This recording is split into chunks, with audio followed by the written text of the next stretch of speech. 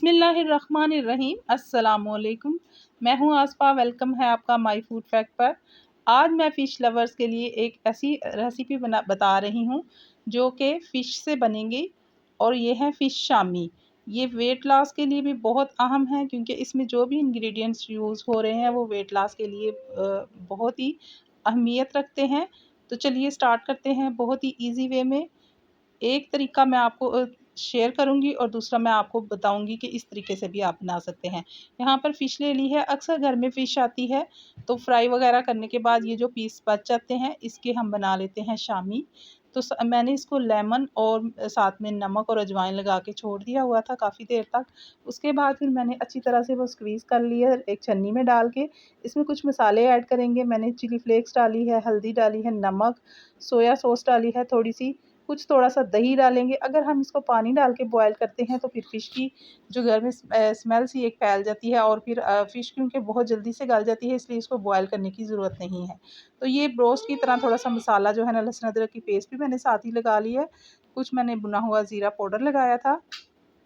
तो ये जो सारा ही दही के साथ मसाला लगाया ना, दही आपने बहुत ज़्यादा नहीं लगाना, सिर्फ़ मैंने 2 बड़े चम्मच दही के लिए थे, क्योंकि इतना ही काफ़ी होगा।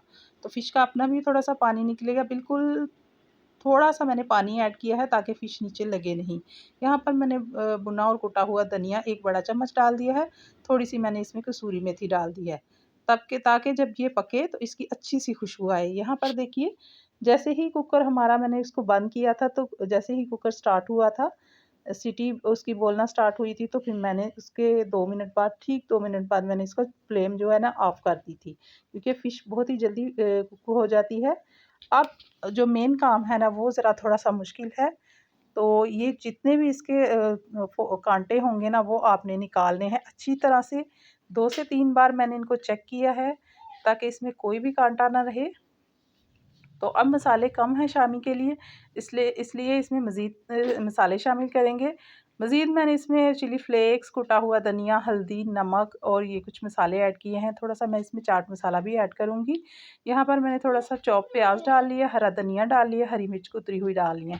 और डालेंगे जी हम इसमें बेसन।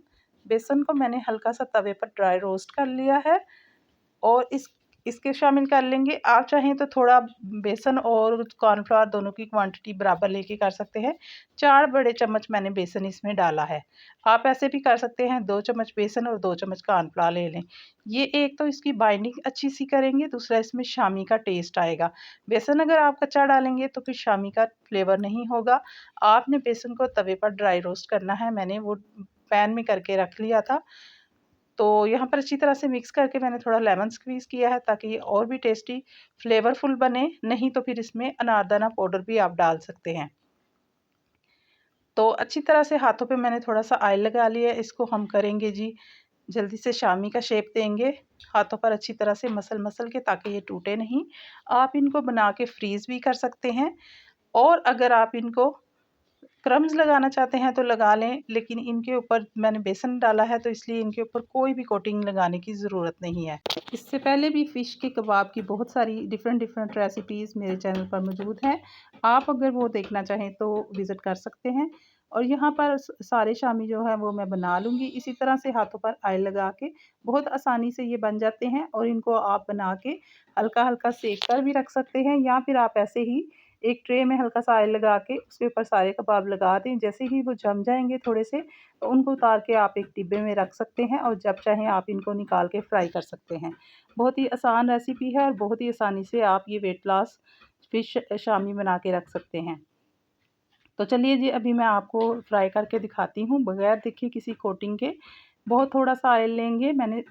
अब बेहतर तो यही होगा कि आप इसको सरसों के ऑयल में फ्राई करें, इसलिए कि एक तो इसकी खुशबू भी बहुत अच्छी-सी आती है, और दूसरा ये कि वेट लॉस के लिए अगर बना रहे हैं तो फिर सरसों के ऑयल में ही फ्राई किया करें।